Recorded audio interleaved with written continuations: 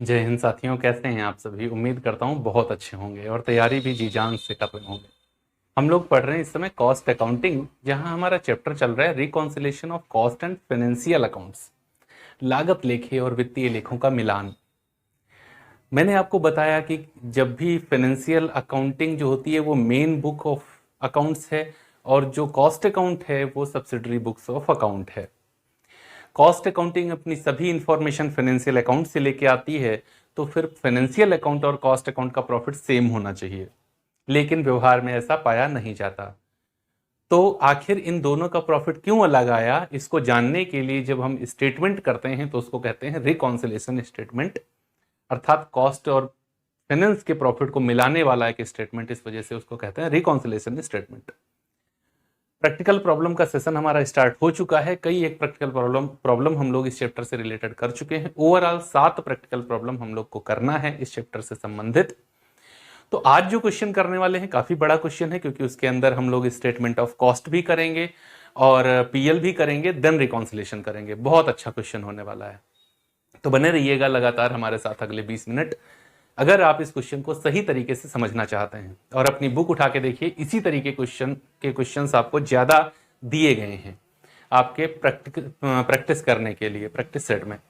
तो आज का क्वेश्चन बहुत ही ज्यादा महत्वपूर्ण होने वाला है आपके लिए। कहना बस इतना है कि अगर अच्छा लग जाए और कंटेंट सरलता से समझ में आ जाए तो अपने दोस्तों के साथ इसको शेयर जरूर कर देना बस। तो क्वेश्चन का पीडीएफ आपको हमारे Telegram channel commerce with Vedashira पे मिल जाएगा और ये स्क्रीन पे भी दिख रहा होगा।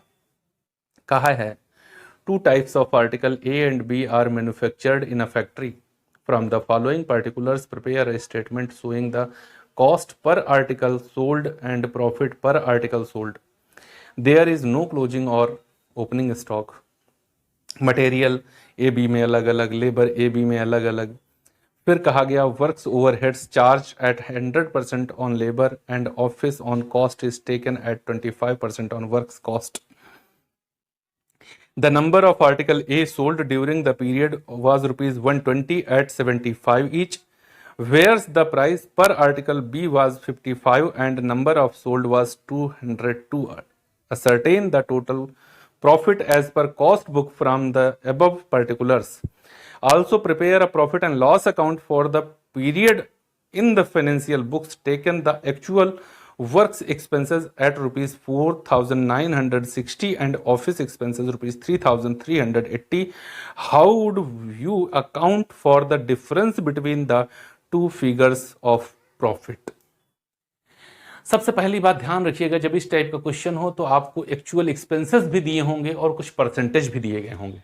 तो परसेंटेज आपको यूज करने होते हैं स्टेटमेंट ऑफ कॉस्ट में और एक्चुअल एक्सपेंसेस यूज करने होते हैं प्रॉफिट एंड लॉस में, क्योंकि मैंने आपको बताया था फाइनेंशियल अकाउंटिंग इनकर्ड एक्सपेंसेस करता है, मतलब निश्चित खर्चे करता है, वो अनुमानित नहीं करता। और परसेंटेज तो ऑलवेज अनुमानित होते हैं, अनुमान है इतना परसेंट होगा, तो परसेंटेज यूज करना स्टेटमेंट ऑफ कॉस्ट में और एक्चुअल एक्सपेंसेस को कैरी करना प्रॉफिट एंड लॉस में, ये हमेशा ध्यान रखना। तो हम लोग एक पीएल अकाउंट करेंगे और एक स्टेटमेंट ऑफ कॉस्ट करेंगे। तो सबसे पहले चलो स्टेटमेंट ऑफ कॉस्ट कर लेते हैं। स्टेटमेंट ऑफ कॉस्ट, ठीक है। और जो आपको किताब में आपकी एग्जांपल सॉल्व मिलेंगे, हम उससे थोड़ा डिफरेंट टाइप से आपको सॉल्व कराएंगे। मतलब ऐसा नहीं कि बिल्कुल अलग कर देंगे, बस ये है कि आपको समझाना है अच्छे तरीके से, इस वजह से हम एक अलग कॉलम लेकर के चलेंगे और उस कॉलम के माध्यम से चीजों को समझेंगे। तो हम अमाउंट के 3 कॉलम के साथ आगे बढ़ेंगे। ओके, कौन कौन से 3 कॉलम होंगे अभी आप समझ जाएंगे। ओके, बस इतना चेंज होगा हमारा और आपके एग्जाम्पल में। सबसे पहले पर्टिकुलर्स, फिर यहां पर टोटल कॉस्ट किसकी, ए की, टोटल कॉस्ट बी की, और यहां पर total of A and B. हम लोग टोटल एक अलग से यहां कर लेंगे ताकि हमें पीएल अकाउंट करने में प्रॉब्लम ना हो, बहुत इजीली हम उसको कर पाए, बस इस वजह से, ठीक है। तो देखो कैसे इसको करेंगे, स्टेटमेंट ऑफ कॉस्ट यहां कैसे हम लोग करेंगे। सबसे पहले मटेरियल्स हमको दिया गया है, ठीक है, मटेरियल्स आपको दिया गया है, उसमें हमें कुछ करना ही नहीं है। तो मटेरियल्स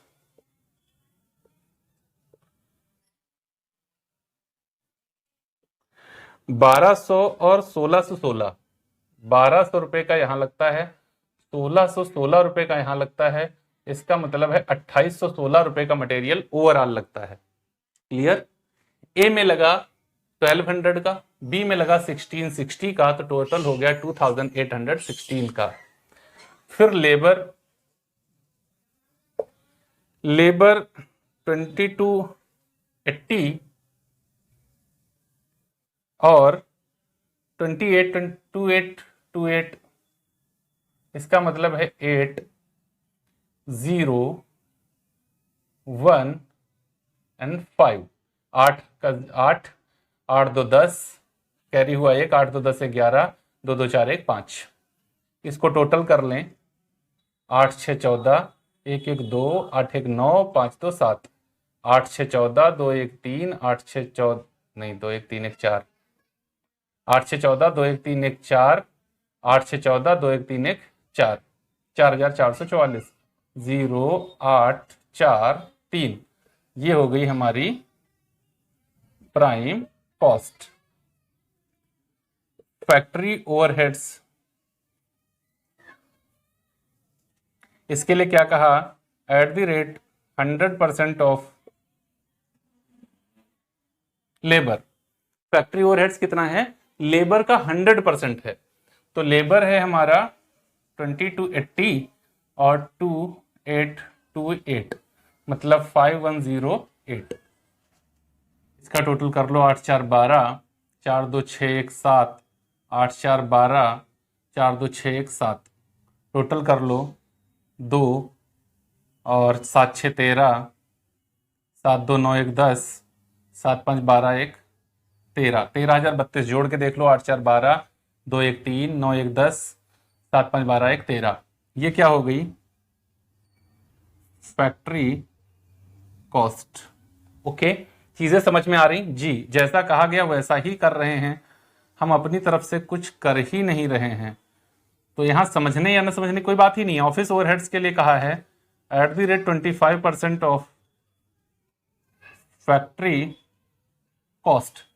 फैक्ट्री कॉस्ट का 25%, फैक्ट्री कॉस्ट का 25% देख लो, 5760, इसका 25% 1440,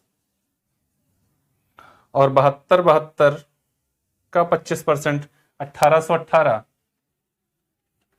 टोटल कर लो तो 8 4 1 5, 8 4 12, 1 1 2, 1 3, 3258, ठीक है ना। यहां टोटल कर लो, 8 2 10, 5 3 8 1 9, 2 का 2, 3 3 6, और ये 16,290 रुपए।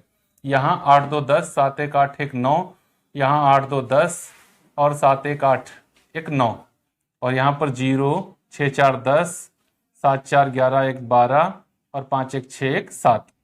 ओके, टोटल करके देख लो, 0 9 2 9 7 16। ओके, ये हो गया हमारा कॉस्ट ऑफ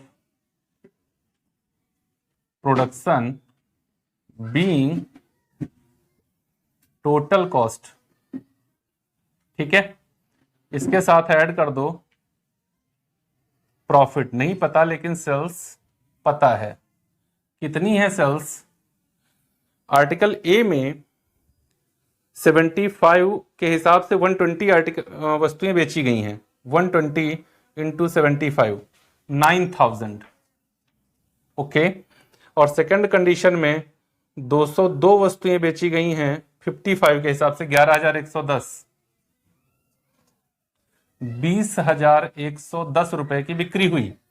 यहां का डिफरेंस आया 1800, और यहां का डिफरेंस 0 9 2 11, 0 और 9 2 11, ठीक है। और इसका टोटल हुआ 3820। एक बार देख लेता हूं मैं करके, -90 90 20 20 ठीक है, और इधर 20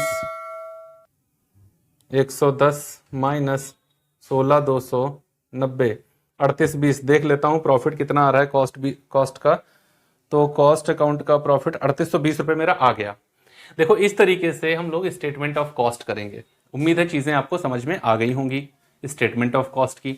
तो अब चलते हैं करेंगे profit and loss account. Profit and loss account, यहां थोड़ा धैर्य आपको रखना होगा क्योंकि क्वेश्चन आपका 25 से 30 मिनट का तक जाएगा। प्रॉफिट एंड लॉस अकाउंट,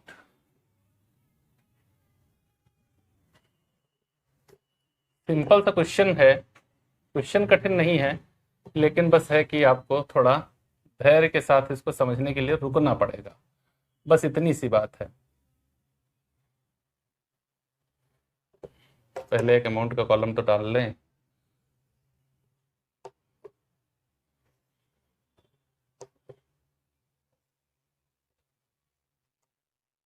ये बन गया हमारा प्रॉफिट एंड लॉस अकाउंट का फॉर्मेट। ओके, ये फॉर्मेट तो आपका जाना पहचाना होगा ही। इधर देखो आपका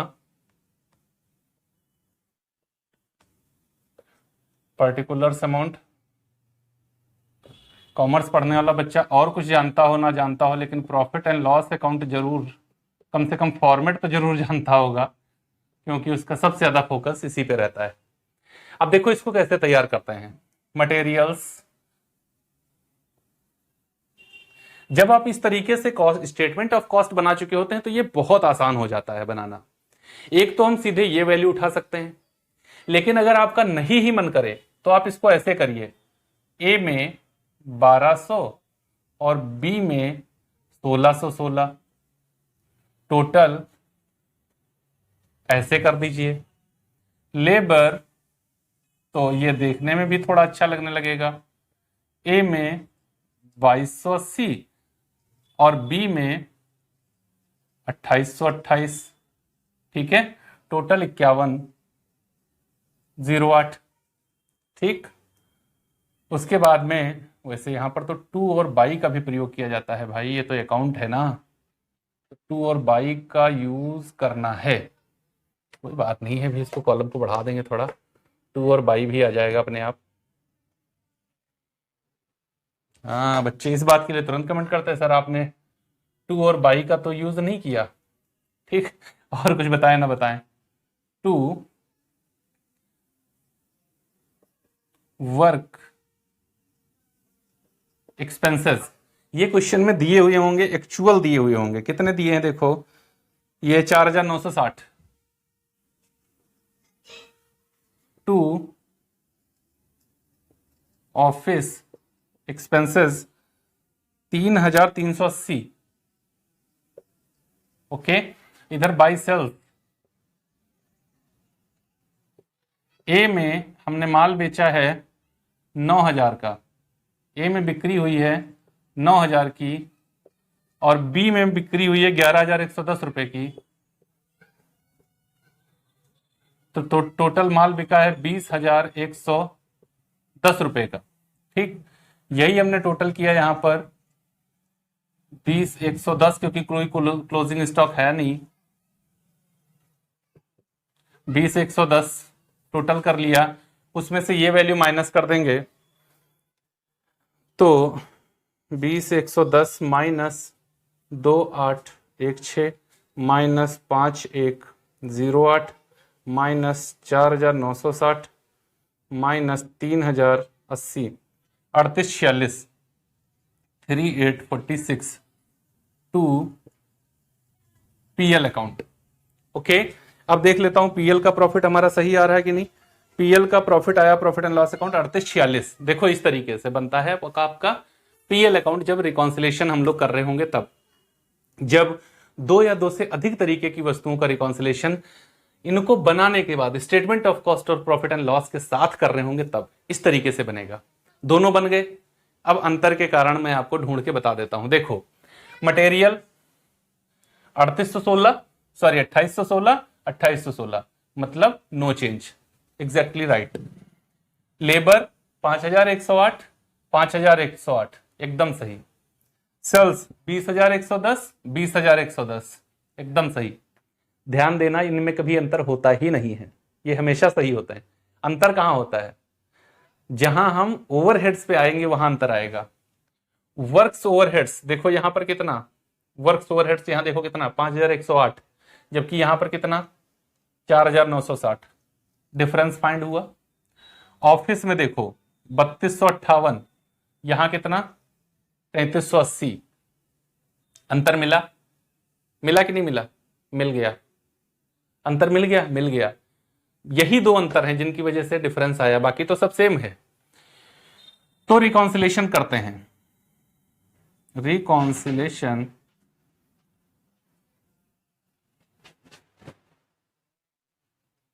स्टेटमेंट, रिकॉन्सिलेशन स्टेटमेंट यहां पर हम आपको बता देते हैं।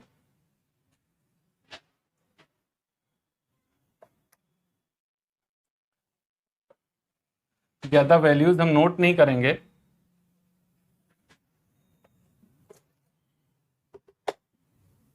जो लिखते थे वो बार बार वो नहीं लिखेंगे, बस वो आप समझते हैं क्या क्या लिखते थे हम। रिकॉन्सिलेशन स्टेटमेंट, पार्टिकुलर्स, अमाउंट और अमाउंट। सबसे पहले profit as per cost book, cost book statement of cost. Profit कितना 3820, 3820 प्रॉफिट होना चाहिए। कॉस्ट में है, होना नहीं चाहिए, होना तो चाहिए 3846, 46। तो कुछ वैल्यूज को ऐड करेंगे और कुछ को लेस करेंगे। ऐड क्या करते हैं? एक्सपेंसेस और ओवरहेड्स ओवरचार्ज्ड और income have not been recorded in cost book, उसको ऐड करते हैं। लेस क्या करते हैं? एक्सपेंसेस और ओवरहेड्स अंडर रिकवर्ड और एक्सपेंसेस और losses have not been charged in cost book. देखो यहां पर फैक्ट्री ओवरहेड्स कॉस्ट अकाउंट में 5108 और प्रॉफिट एंड लॉस अकाउंट में 4960। कॉस्ट में ज्यादा चार्ज किया गया, ओवर रिकवर्ड हो गया, ऐड करेंगे। फैक्ट्री